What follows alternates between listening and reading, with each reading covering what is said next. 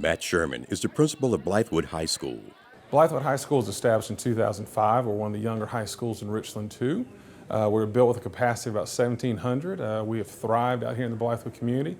Currently, with an enrollment of about 2,000 kiddos, we are closed to choice, and we have about 20 portables in the backyard.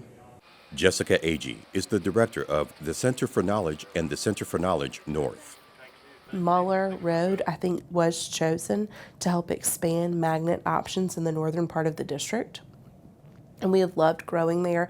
We're in our 6th year at the Center for Knowledge North. They sort of had a field beside their school where we could put 15 portables and call it home. Two school leaders that display evidence of growth in the district. Between the two, 35 portables house classes deemed valuable to the development of Richland 2 students. But what are portables? Why does the district even invest in them? Will Anderson, the Executive Director of Operations and Logistics for Richland School District 2, explains. A portable is a modular building, modular device.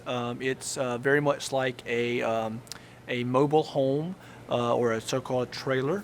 It's a mobile building that allows that can be moved from school to school facility.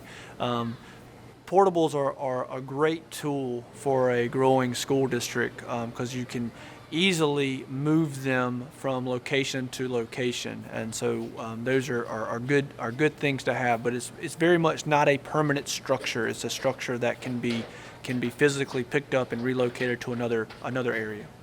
So when a portable is deployed, the intent to keep it where it is placed is not permanent. At some point, a permanent solution is inevitable. If the district follows its definition of a portable, the solution comes down to decisions like ending a program or even building permanent structures.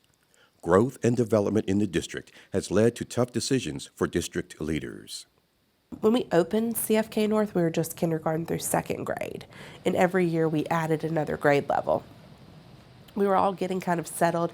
We had sort of this honeymoon phase where we had a few extra portables, and we had sort of meeting space and space where kids could go and do group work. And then it came time for us to add our 5th grade.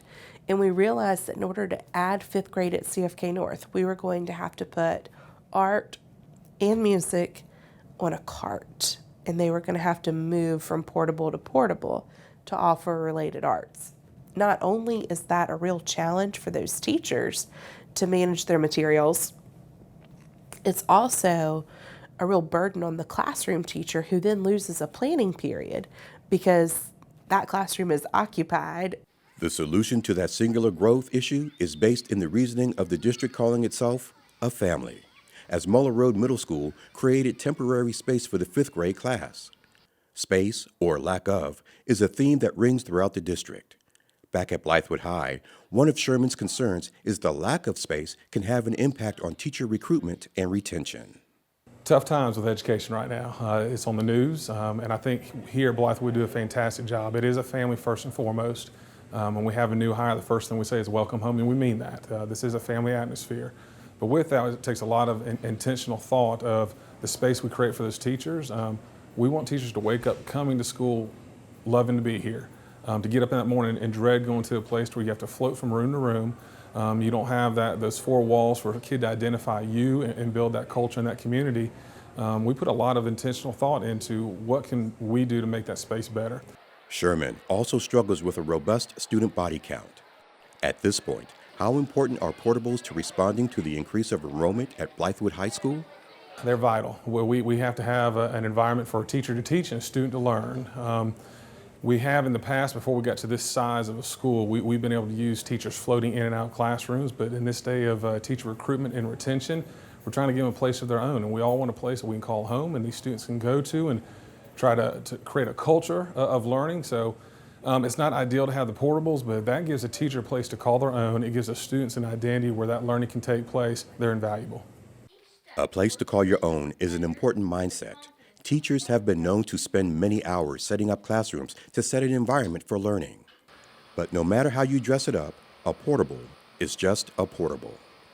I know these portables have been around forever, but when we go over to Muller Road and we go in their building and we don't have a collaborative space for all of our kids.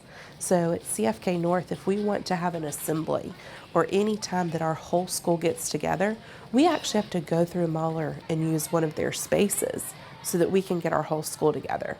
That's a real challenge because we know that one of the 4 squares is community, and we want to start by building community in our own schools. We don't even have a space to build community of our own at CFK North. That's a challenge. The way those portables are, we realize you can look around the portables and see that there are a few gaps around the door frames and things like that. We have been very fortunate this year to start school with air conditioning in all of our portables. Where we really run into trouble is the winter, more so than HVAC. Keeping those portables warm during the really cold winter days, that's a challenge. I, as an administrator, knowing that I've got 20 students, or 20 teachers and 20 sets of students outside this building, from a natural disaster to an emergency to a lockdown situation, our plans have to be very specific to those students getting into this building, locking them down, getting them safe if it's weather that we're concerned about.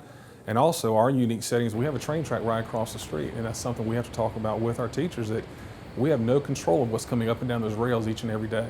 And that's a large part of our safety plan is things happen with trains, and things are carried such as chemicals, and what if we did have a spill? What if it was an unsafe environment? I've now got students outside this building that is a priority to us. We need to keep them safe.